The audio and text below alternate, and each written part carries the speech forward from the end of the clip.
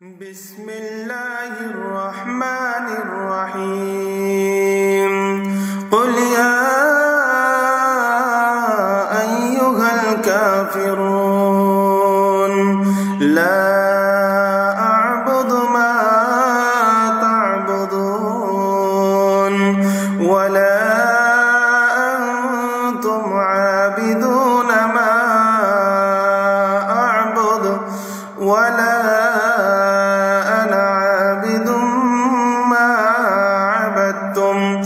ولا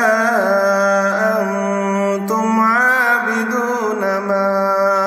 أعبد لكم دينكم